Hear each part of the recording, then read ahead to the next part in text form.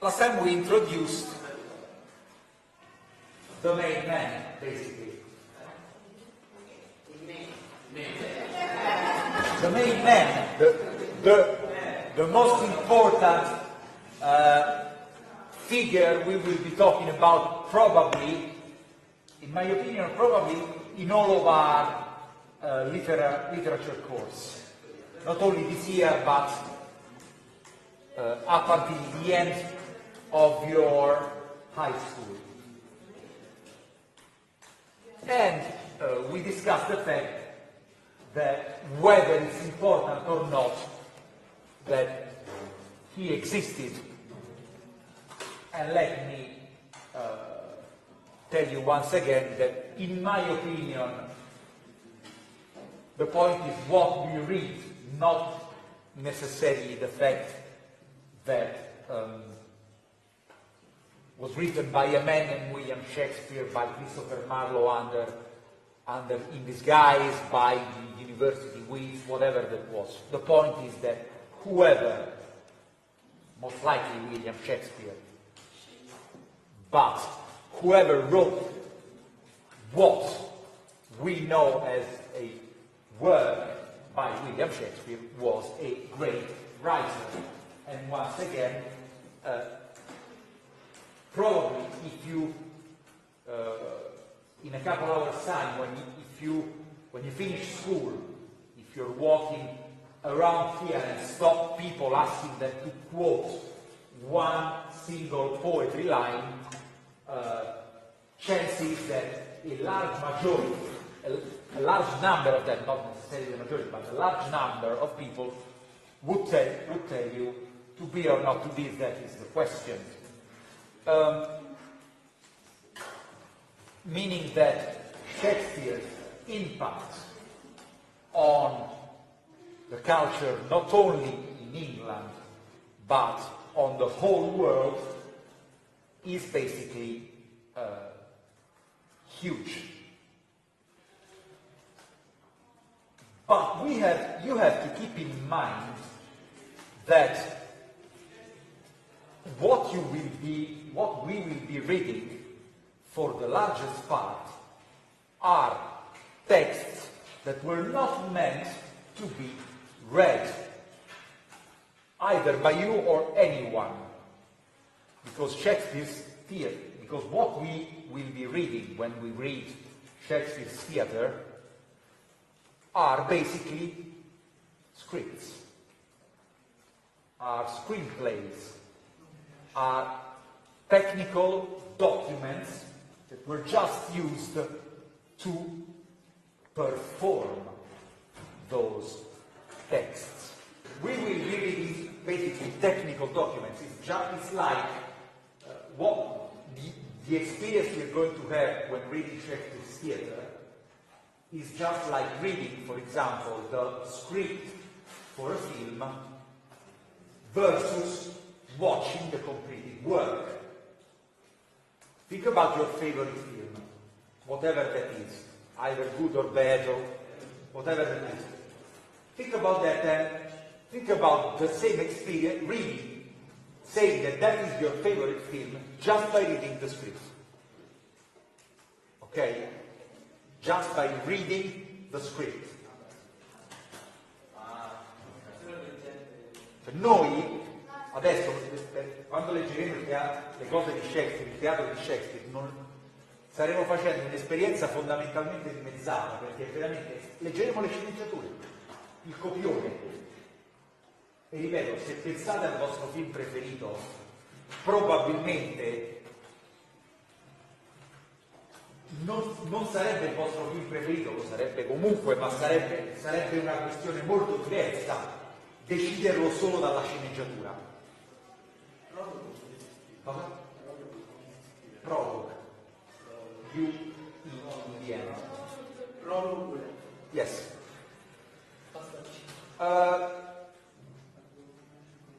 Why? Because cinema and theater are made of visual arts, not intellectual. Okay, you watch it, so you see For example, a play is based on voice, on the voice of the actors, it's based on movements, it's based on costumes, it's based on music, on rhythm, and so on. And obviously, a screenplay or a script or a Shakespeare or a play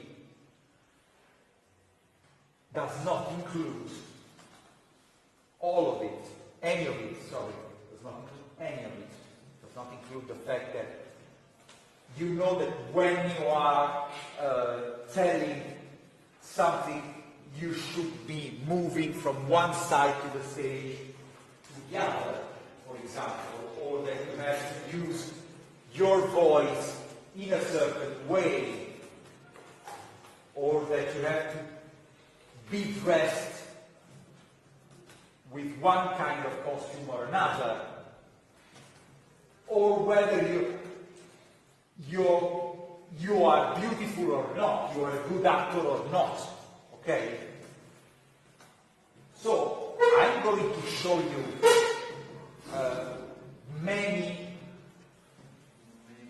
several examples of Shakespeare enacted. So, recited by actors and so on. But the largest part of your work will be done reading Shakespeare. And obviously, you have to imagine, in many ways, you have to imagine what happens, how it was enacted. And by the way,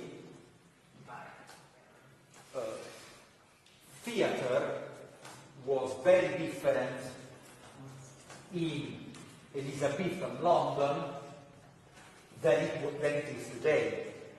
Because today, when you go to the theatre, last year we went together, right?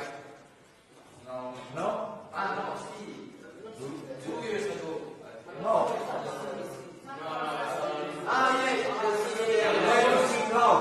Right? Okay, yes.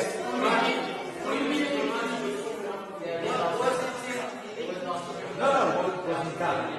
But if you think about that, or think about occasions when you went to the theater with your families, maybe it happened, probably happened, right? You think about, but when you think about the theater,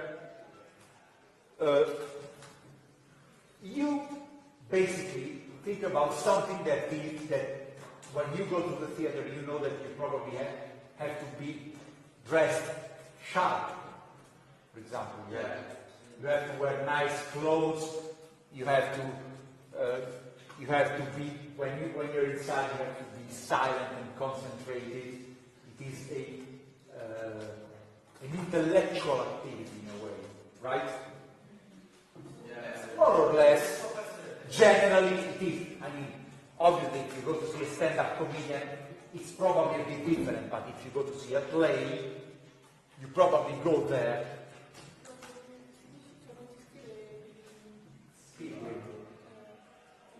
Just like I said. So, you basically think about theatre as a pastime for somehow an elite, okay? Not everyone goes to the theatre today.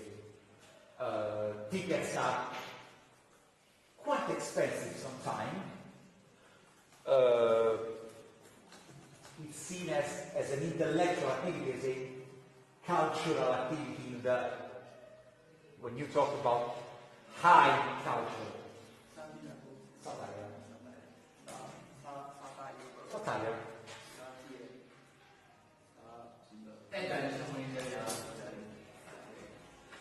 Okay. In Shakespeare's time, it was quite different. Because theatre was an activity not reserved, but enjoyed by basically everyone. Okay? Absolutely not. It was a very popular pastime. And Shakespeare's theatre, the Globe, Wasn't it free? Wasn't it like free? No, it wasn't free. It was, first of all, it was located in Southwark. So it is like 400 meters, more or less, from the Tabardine, from the place where the pilgrims met before leaving for Canterbury, yes. Was there a coincidence or like? It sort of wasn't, because Southwark at the time, so the southern shore of the River Thames, at that time was not part of the city of London, was a different municipality. And there it was possible to build theatres and to have places for entertainment, while on the other side, in London, they were forbidden. So, theatre was an activity that was a popular entertainment, just like, for example, bear fights or something like that. Okay? Bear, yes. Yes. I mean, today they are illegal, but the idea of dog fights or cock fights are... I combattimenti tra galli, tra cani, eccetera, oggi sono illegali in Italia, giustamente. In Italy they were Ma, come dire, sono abbastanza sicuro che se uno li volesse cercare anche a Roma, li trova tranquillamente.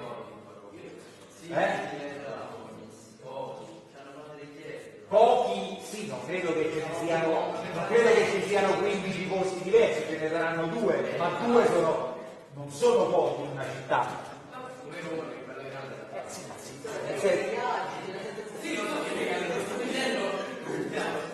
Però il teatro era un'attività che, come si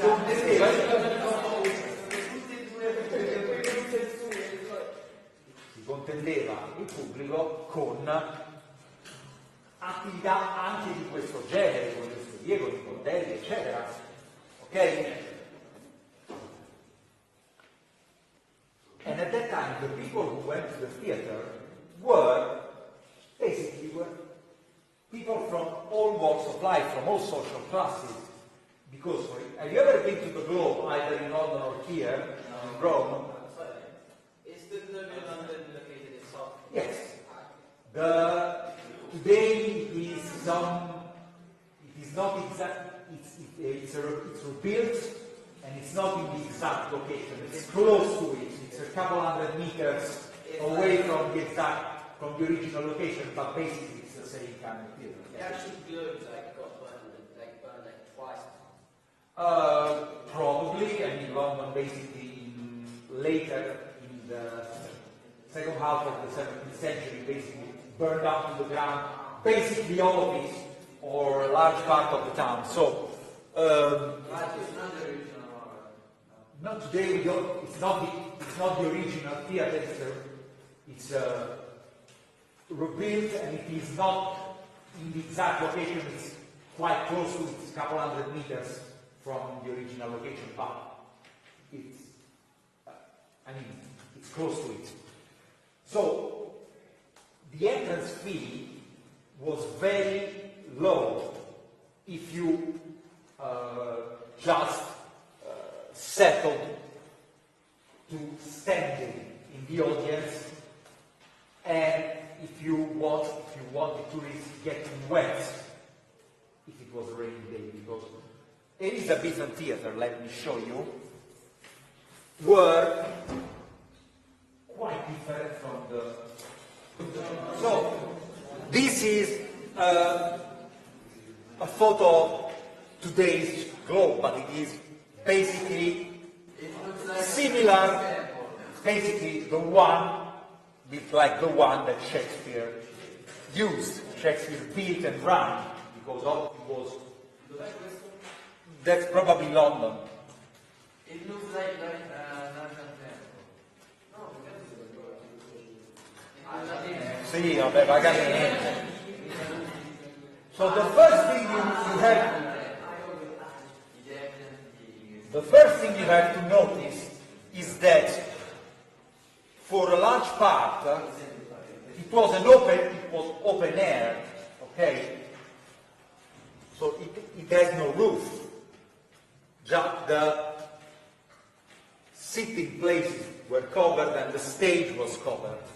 But the cheapest tickets were for places standing, or for standing places in the open air. So if it was a rainy day, you got wet. Do we have any representation images, not images, but the pictures or the actual? Don't know. We have photos of, for example, of representations, for example, here, but that is today's globe as well. I don't know if we have paintings of the original one. Did they know what they were doing while they were building the new one? Or like they just Yes, they rebuilt it. I don't know if they had projects or something like that, but they knew that Elizabethan theaters were made like that. And if you think about what I told you when we discussed the origin of theater, you probably could recognize some elements, because I talked to you about the carriages where the guilds performed somehow, and I told you that in some instances, in some cases, they parked their carriage in for example, in a courtyard of an inn, or I don't know, something like that. And basically that's what it is, if you look at it. You have a courtyard and you have a stage that took the place of the carriage, of the chariot they used. Yes. Were the other theatres of the time similar to this? I believe so, more or less. So they all have the courtyard staying up? Yes, probably. Yes. Lexicon of the words, language.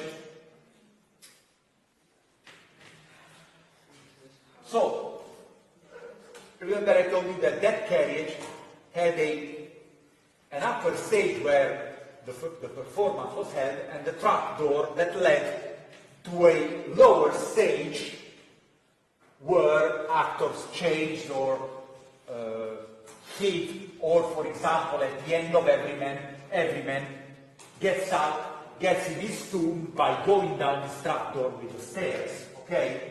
And it is similar. In the center of the stage, I can see that from up close. I will post you, or you can find pictures of the stage. Here, I can see, but you can probably see if you look at it, that there is a trapdoor as well that could be used. So they had a lower stage, an upper stage, and you can see that there is a backstage with a balcony that was used, for example, if you think about it, for one of Shakespeare's most famous scenes, the balcony scene in Romeo and Juliet, or Juliet, and an upper stage.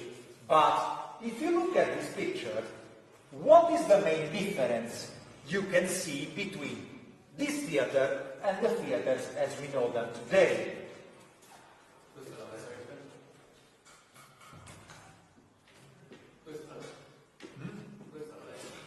Okay, but we have open-air theaters as well. Yes. Every summer on the cliff of Gianicolo, there is an open-air theater, for example, where they perform Tasso. Just as an example. Yes. Ah, ecco, io speravo che rispondessi alla domanda. What is the main difference between this kind of theater, this is a picture of the globe, and today's theaters? Okay, technology aside.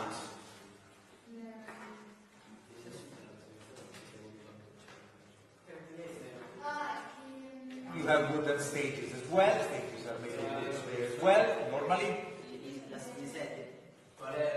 Not necessarily.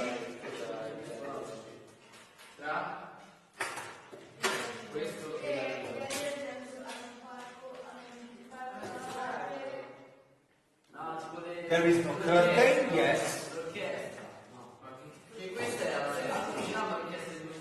We have open theater, open air theaters as well today.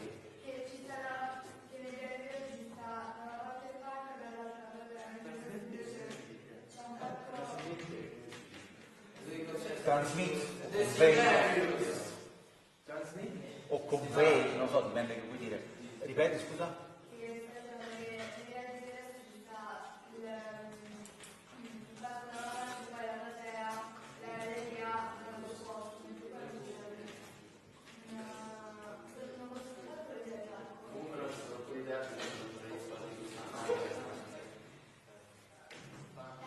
You're more or less there.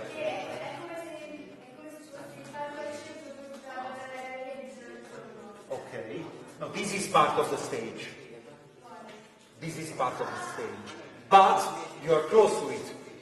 Basically, how many sides does a modern theater have open to the public? Just one. Okay? It's basically like that. You are the audience, this is the stage, here, and I'm performing on the stage having just one wall. Sì. Sì, però il palco è sempre fatto, come dire, prendo una stanza e gli tolgo una parete, no? Cioè, se qui, diciamo che questa riga qua è dove c'è il palco, io, come se fosse questa una stanza, tolgo questa parete e quindi vedete.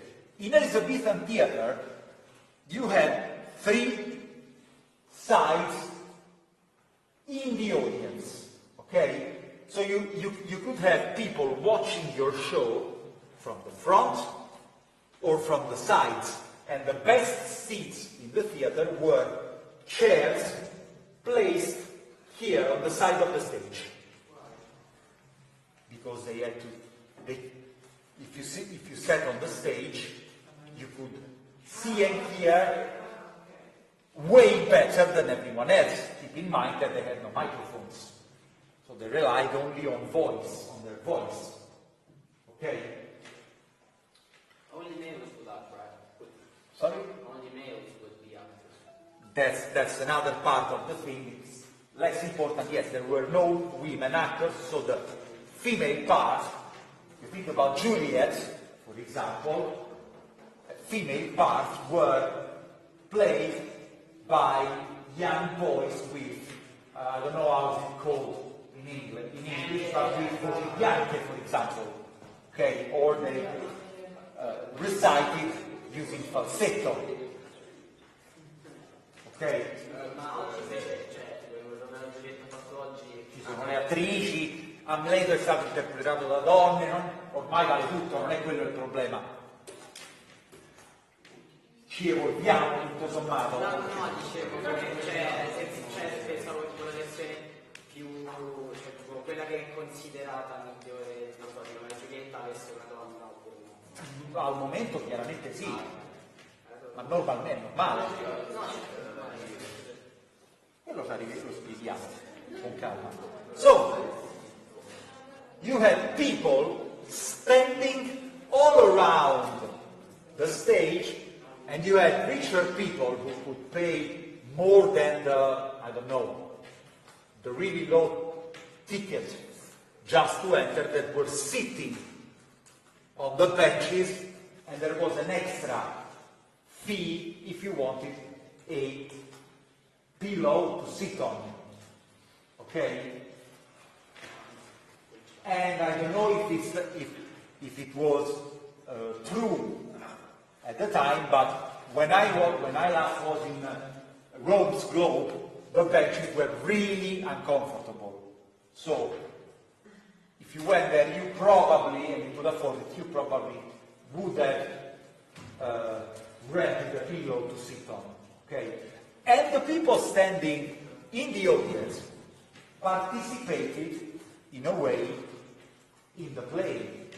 They cheered, they commented, they shouted. There were vendors of snacks going around the place and selling stuff to the audience. Okay, it was very much much more like, not even cinema, but much more like a concert in a way than theater. And keep in mind that the fact that the theater was very popular entertainment is not random. Because basically it's not necessary to be an intellectual in order to understand and appreciate theater. One second. Legacy.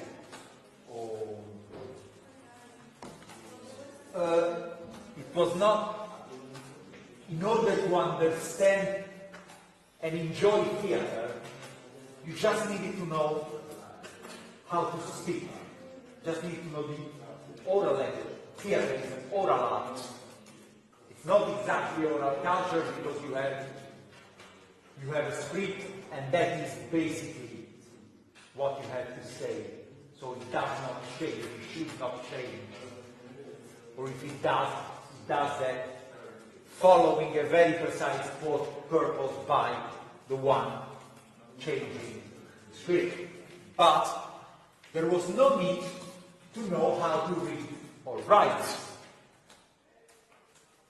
in order to understand and appreciate theater.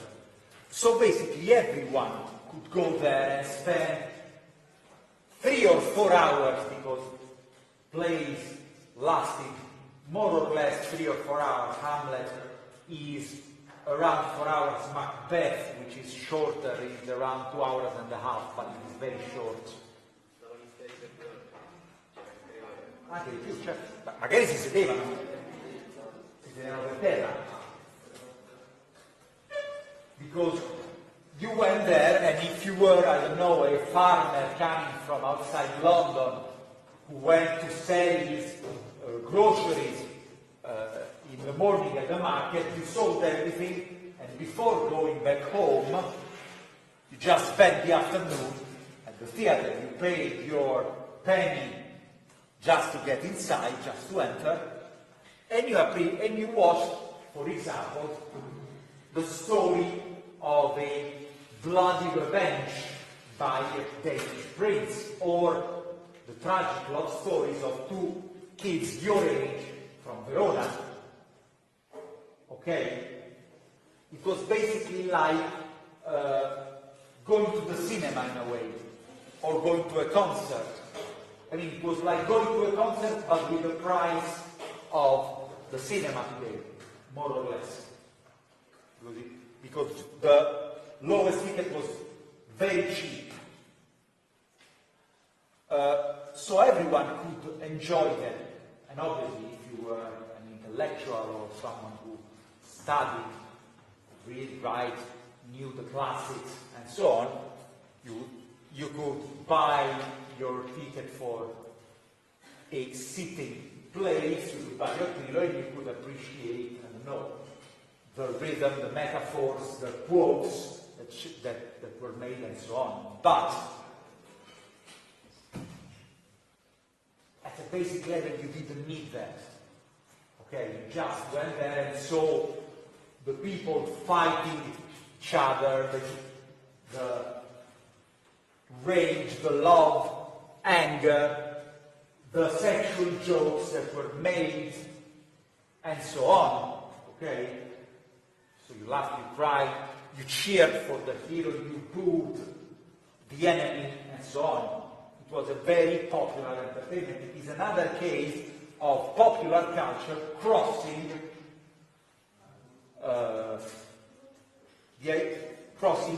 higher literature. Okay?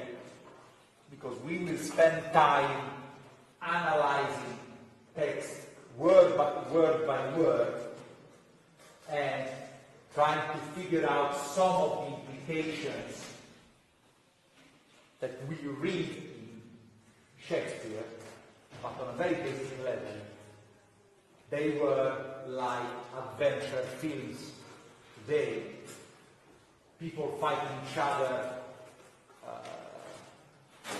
for revenge, power, and so on. Okay? Is that clear?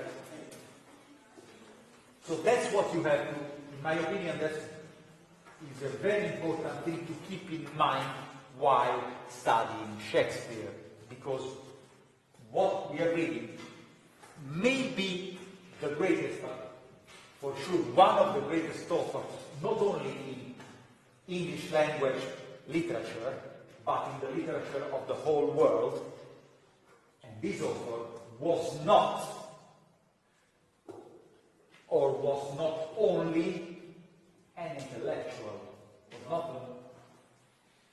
he was a man who wanted to basically sell tickets in order to ensure himself a high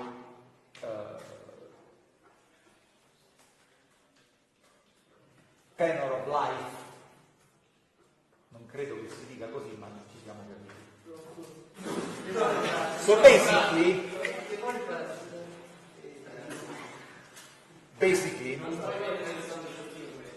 you have to really keep in mind that Shakespeare's work must be read or watched, must be studied, must be enjoyed, both as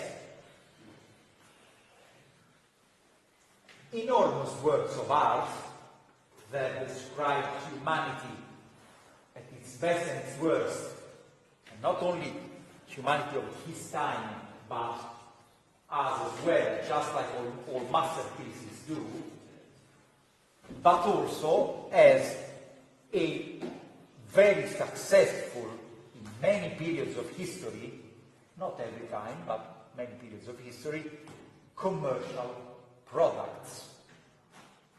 And whoever tells you that this is not important is basically telling something that I believe is very wrong.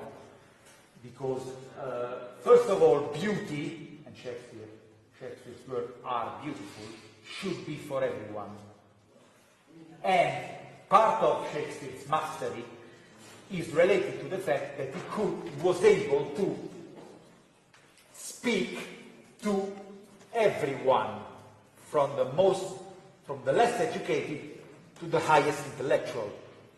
That is part of why I believe it's basically the greatest. Okay? But next time we will not be talking about Shakespeare's theatre, but we will start with Shakespeare's poetry, which is very interesting. Which one? As well. You will see. But it is quite, I don't think it's the same thing. We will talk about Hamlet, don't worry about that.